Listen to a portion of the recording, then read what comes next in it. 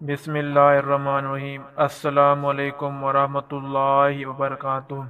محترم ناظرین، اس ویڈیو میں ہم بات کریں گے صحابہ کرام کی جماعت میں کتنے شاعر تھے۔ حضور اکرم صلی اللہ علیہ وسلم نے اسلام کی تبلیغ شروع کی تو اس کی مخالفت میں کفار نے ہر طریقہ، ہر حربہ آزمایا۔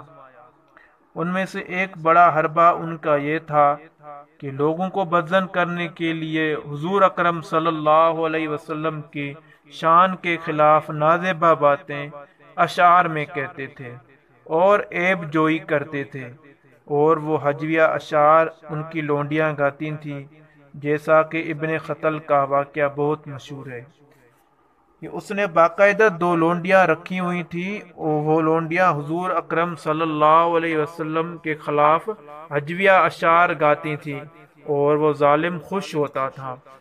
فتح مکے کے دن جب عام معافی کا اعلان کیا گیا تو کچھ گنے چنے ایسے بندے تھے جن کے لیے حکم دیا گیا کہ ان کو جہاں پاؤ قتل کر دو۔ ان میں ایک ابن خطل بھی تھا۔ وہ کعبے کی غلاف میں لپٹا ہوا تھا، اسے وہاں قتل کیا گیا۔ ناظرین، حضرت حسان بہت بڑے شاعر تھے۔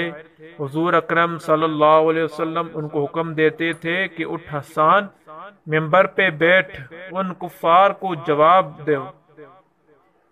تو حضرت حسان اشعار کی صورت میں ان ہجویہ اشعار کے جواب دیا کرتے تھے۔ صحابہ کرام کی جماعت میں شعراء کی بڑی تعداد تھی۔ کتنی تھی اس کے متعلق یہاں دو علماء کے قول پیش کریں گے۔ ایک مفتی عبد الوہاب چاچڑ بہت بڑے عالم ہیں، وہ فرماتے ہیں کہ 200 صحابہ شاعر تھے۔ دوسرا قول علامہ علی شیر حیدری کا ہے، وہ فرماتے ہیں کہ 600 صحابہ شاعر تھے۔ واللہ اعلم بالصواب۔ کتنے تھے، کس کا قول راجح ہے، اس کے متعلق ہم کچھ نہیں کہہ سکتے۔ ناظرین، اگر آپ کو یہ ویڈیو پسند آئے تو شیئر، لائک، کمنٹ ضرور کریں اور چینل کو بھی ضرور سبسکرائب کریں۔ اللہ حافظ۔